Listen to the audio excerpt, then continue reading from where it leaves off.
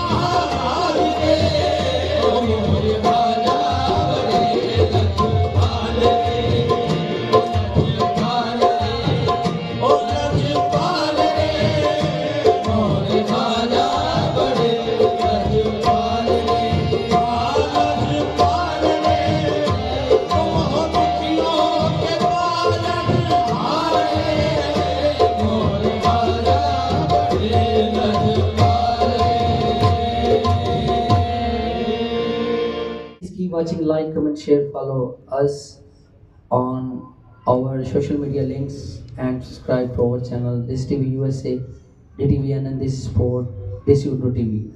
समय नाज़रीन अपना ख्याल रखिएगा। अल्लाह हाफिज़।